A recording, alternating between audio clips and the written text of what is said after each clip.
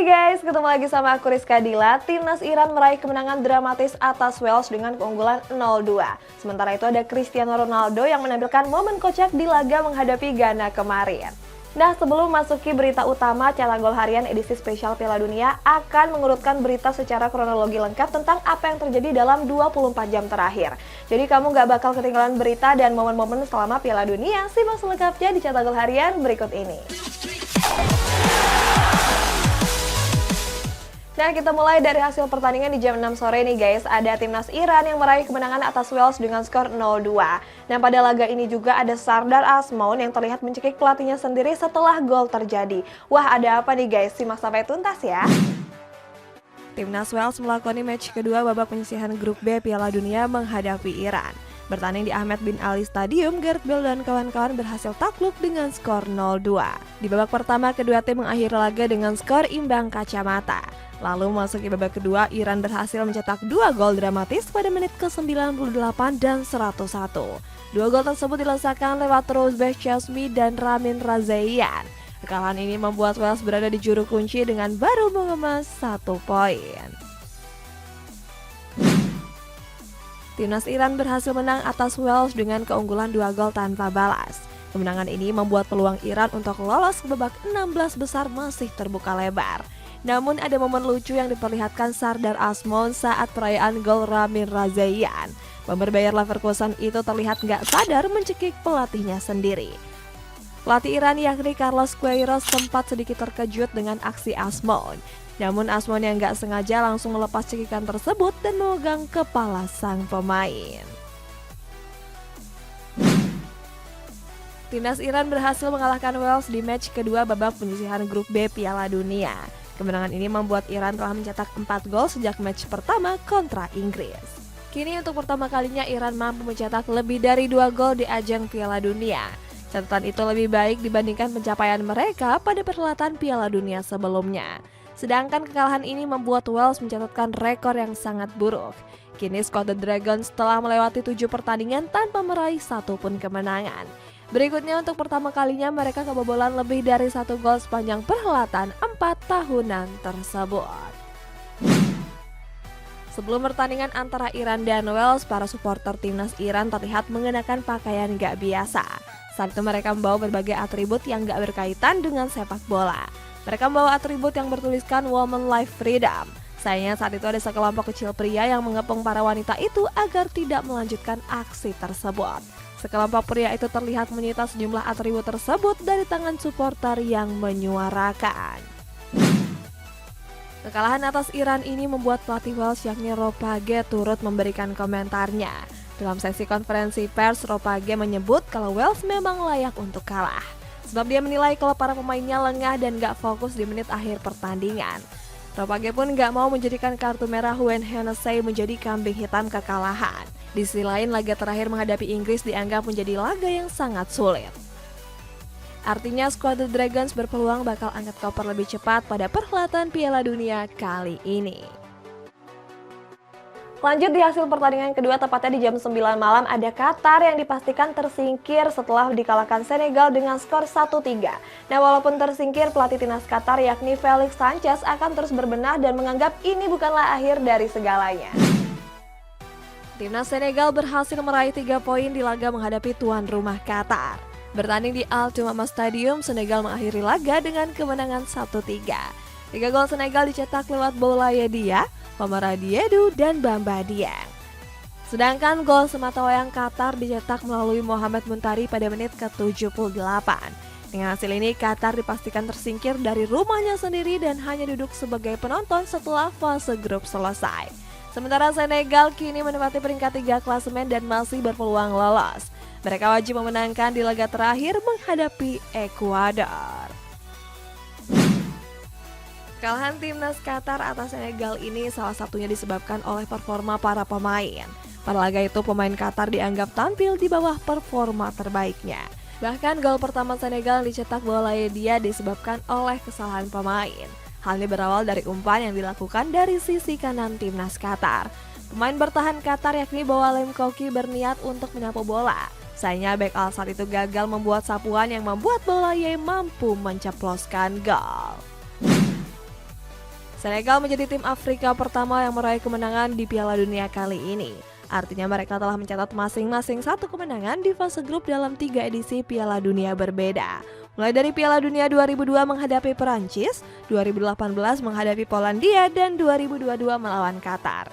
Sebaliknya, kekalahan ini membuat Qatar menjadi tim pertama yang dipastikan gugur. Selain itu, Qatar juga menjadi tim tuan rumah pertama yang menelan 2 kekalahan di fase grup. Sebelumnya di laga pertama mereka mampu dikalahkan Ekuador dengan 2 gol tanpa balas. Walaupun harus tersingkir lebih cepat, pelatih timnas Qatar yakni Felix Sanchez tetap merasa optimis. Dia menyebut kalau dirinya akan tetap berbenah setelah kegagalan Piala Dunia. Selain itu, Sanchez menegaskan akan melupakan kekalahan atas Senegal tersebut. Dia mengklaim kalau anak asuhnya sudah bermain cukup bagus dibandingkan pertandingan pertama. Namun mereka kembali dihadapkan ujian berat di laga terakhir babak penyisihan grup A. Saat itu Qatar akan berhadapan dengan runner-up Piala Dunia 2010 yakni Belanda. Berikutnya di pertandingan ketiga di jam 12 dini hari ada timnas Belanda yang gagal meraih kemenangan setelah ditahan imbang Ekuador dengan skor 1-1. Nah, setelah pertandingan ada pelatih timnas Belanda yakni Louis van Gaal yang mengkritik para pemainnya yang dianggap tampil buruk. Timnas Belanda gagal meraih 3 poin di match kedua babak penyisihan grup A Piala Dunia. Pada laga tersebut skuad Oranje ditahan imbang Ekuador dengan skor 1-1. Belanda sebenarnya mampu unggul terlebih dahulu lewat Cody Gakpo pada menit ke-6 pertandingan. Namun di babak kedua, skuad Latri berhasil mencetak gol penyama lewat Enner Valencia. Pada laga ini Belanda sendiri mencatatkan statistik yang sangat buruk. Mereka cuma bisa melepaskan 2 tembakan dan kalah jauh dari Ekuador yang melepaskan total 15 tembakan. Timnas Ekuador gagal meraih 3 poin saat berhadapan dengan tim nasional Belanda. Di laga tersebut, skuad Latri memiliki banyak peluang emas yang gagal berbuah gol. Salah satunya terjadi pada menit akhir pertandingan di babak pertama. Saat itu gol Ekuador yang dicetak Enner Valencia dianulir oleh hakim garis karena sudah berada dalam posisi offside. Berikutnya terjadi pada babak kedua tepatnya di menit ke-59. Saat itu Gonzalo Plata gagal mencetak gol setelah sepakannya cuma bisa membentur mistar gawang. Selesai ditahan imbang Ekuador, pelatih timnas Belanda yakni Louis van Gaal mengaku sangat kecewa. Van Gaal bilang kalau dirinya nggak terkesan dengan permainan skuad The Oranje. Sebab dia menyebut kalau para pemainnya bermain buruk dan sering berbuat kesalahan. Sebaliknya Ekuador sendiri tampil cukup menjanjikan pada laga tersebut. Namun Van Gaal tetap bersyukur bisa memetik 1 poin di laga kontra Ekuador. Berikutnya skuad Oranje akan berhadapan melawan sang tuan rumah yakni Qatar. Di pertandingan yang baru selesai tadi pagi guys, ada timnas Inggris yang gagal meraih kemenangan setelah ditahan imbang Amerika Serikat dengan skor 0-0. Masih di laga yang sama juga ada Weston McKennie yang dianggap melakukan tindakan kurang ajar ke fotografer. Kira-kira apa ya guys tindakannya? Timnas Inggris gagal memetik 3 poin di matchday kedua babak penyisihan grup B. Pada laga tersebut, skuad The Three Lions ditahan imbang Amerika Serikat dengan skor kacamata. Inggris tampil mendominasi jalannya pertandingan dengan menguasai 56% penguasaan bola. Selain itu mereka juga mampu melepaskan 3 tembakan yang mengarah ke gawang. Sayangnya dari 3 tembakan tersebut gak ada satupun yang berbuah gol. Kini Inggris memimpin puncak klasemen grup B dengan unggul 1 poin atas Iran. Ada momen menarik di laga yang mempertemukan Inggris dan Amerika Serikat. Momen menarik itu dilakukan oleh salah satu pemain Amerika Serikat yakni Weston McKennie. Hal ini berawal saat McKennie berniat untuk melempar bola di pinggir lapangan. Namun saat hendak melempar, gelandang Juventus itu terlebih dahulu mengelap tangannya. Uniknya McKennie mengelap tangannya yang basah itu ke seorang fotografer di pinggir lapangan. Aksi tersebut pun dinilai netizen sangat tidak sopan karena berlaku kurang ajar ke orang tua. Tunisia akan berhadapan dengan Australia di match kedua babak penyisihan grup D Piala Dunia. Pelatih Tunisia yakni Jalal Kadri sudah mengaku mengetahui kelemahan lawan. Dalam sesi konferensi persnya, Kadri nggak terkejut dengan kekalahan Australia atas Prancis. Sebab dia menilai kalau kualitas negeri Kangguru itu sangat berbeda jauh dengan skuad Le Bleu. Namun Kadri bilang kalau para pemain Australia punya kecepatan di atas rata-rata. Kadri pun sudah mengantisipasi hal tersebut dengan bakal menurunkan Elio Shikri. Gelandang bertahan FC Köln ini dikenal sebagai pemain yang kerap memutus serangan lawan. Oke guys, kita masuk ke persiapan untuk laga besok nih. Ada pelatih timnas Polandia yang mewaspadai Arab Saudi yang sebelumnya mampu mengalahkan Argentina. Sedangkan Lionel Scaloni meminta para pemainnya meraih kemenangan untuk mengenang 2 tahun kematian sang legenda Diego Maradona. Polandia akan menghadapi lawan yang sulit di match kedua babak penyisihan grup C Piala Dunia. Pada laga itu, skuad Orly berhadapan dengan salah satu wakil dari Asia yakni Arab Saudi. Arab Saudi sebenarnya nggak bisa dianggap remeh mengingat di laga sebelumnya mereka pernah mengalahkan Argentina. Oleh karena itu pelatih Polandia mewaspadai ancaman dari Arab Saudi. Dalam sesi konferensi persnya, Czeslaw Michniewicz mengatakan laga tersebut akan terasa cukup berat.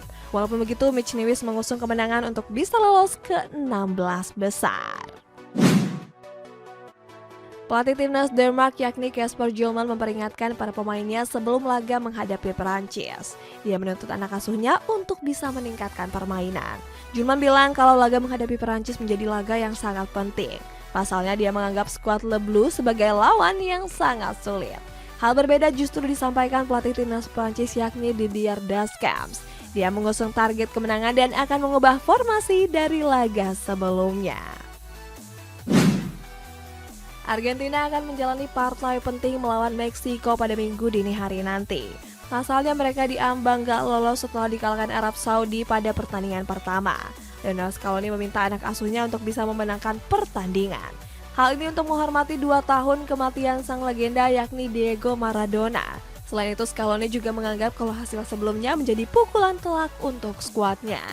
Akan tetapi dia yakin skuad La Albiceleste mampu bangkit di pertandingan menghadapi Meksiko. Harry Maguire kembali menjadi sorotan di laga menghadapi Amerika Serikat dini hari tadi. Bek tengah Manchester United itu bikin lawak ketar-ketir di daerah pertahanan lawan. Saat itu Maguire menggiring bola di sisi kiri pertahanan Amerika Serikat. Gak disangka mantan bek Leicester City itu berhasil mengelabui beberapa pemain bertahan Amerika Serikat. Berikutnya Maguire memberikan umpan silang kepada pemain Inggris lainnya. Sayangnya pemain Inggris tersebut gagal mencetak gol setelah sepakannya melambung jauh ke atas mistar gawang. FIFA melarang para supporter untuk mengenakan atribut Crusader yang berkaitan dengan kostum perang salib. Sedangkan nih ada Neymar yang berpotensi besar absen di 2 laga karena mengalami cedera. FIFA resmi melarang para fans mengenakan kostum Crusader yang cukup melekat dengan perang salib. Larangan itu dibuat setelah 2 fans Inggris kedapatan mengenakan kostum tersebut. Kedua fans itu ada yang berkostum tentara perang salib dan membawa perisai yang bertuliskan Saint George's Time. Hasilnya dia pun dilarang masuk ke dalam stadion oleh panitia. Sebelumnya FIFA juga sudah melarang ornamen LGBT apapun yang berkaitan dengan warna pelangi.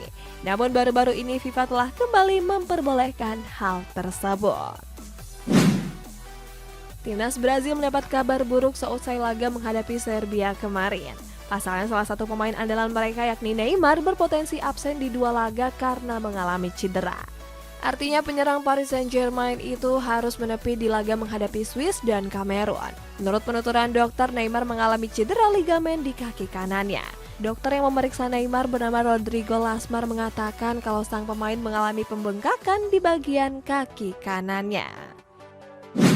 Berita selanjutnya ada Cristiano Ronaldo yang kepergok melakukan hal yang menjijikan dengan memakan permen karet yang dikeluarkan dari dalam celananya. Di kabar penutup guys, ada Trevoh Chalobah yang resmi memperpanjang kontrak barunya di Chelsea. Terdapat momen kocak yang luput dari sorotan kamera di laga antara Portugal melawan Ghana kemarin. Momen kocak ini diperlihatkan oleh kapten mereka yakni Cristiano Ronaldo. Dalam video yang beredar, Ronaldo terlihat berjalan di lorong dengan santai. Namun saat berada di pinggir lapangan, dia terlihat mengambil sesuatu dari dalam celananya. Uniknya saat itu sesuatu yang keluar dari celananya tersebut adalah sebuah makanan permen karet. Tanpa pikir panjang, Ronaldo langsung memakan permen karet tersebut. Cristiano Ronaldo terlihat menggandeng salah satu anak yang berasal dari Indonesia. Hal ini terjadi sebelum laga menghadapi Ghana pada Jumat dini hari kemarin. Menurut laporan, anak tersebut bernama Ulul Albab yang saat ini masih berusia 7 tahun. Kabarnya kedua orang tua Albab memang sedang bekerja di Qatar saat ini. Selain itu, Albab juga tergabung ke dalam SSB lokal di Qatar bernama Al-Khor. AC Milan tertarik untuk mendatangkan gelandang Olimpik Lyon yakni Houssem Aouar. Rencananya pemain berusia 24 tahun tersebut akan didatangkan pada bulan Januari mendatang. Demi memuluskan kedatangan Awar, AC Milan bahkan rela menawarkan satu pemainnya. Kabarnya Yacine Adli menjadi salah satu pemain yang akan dilepas skuad Rossoneri. Selain itu, Rossoneri memboyong Awar juga terbilang besar, sebab kontrak gelandang berusia 24 tahun ini akan berakhir pada musim panas tahun 2023. Arsenal dikabarkan akan memboyong Leandro Paredes pada bulan Januari mendatang. Pemain asal Argentina ini direkrut untuk memperkuat kedalaman The Gunners pasca Piala Dunia. Skuad asuhan Mikel Arteta itu dikabarkan mulai mencoba bernegosiasi dengan Paris Saint-Germain. Sebelumnya PSG sendiri meminjamkan Paredes ke Juventus pada musim panas lalu. Berseragam Bianconeri, pemain berusia 28 tahun itu tercatat baru dimainkan sebanyak 3 pertandingan saja.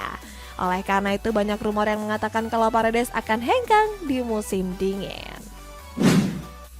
Chelsea resmi memperpanjang kontrak bek muda andalannya yakni Trevoh Chalobah. Pemain berusia 23 tahun ini akan diberikan kontrak baru jangka panjang yakni sampai 6 tahun ke depan. Artinya pemain Chalobah akan bertahan di Stamford Bridge sampai tahun 2028.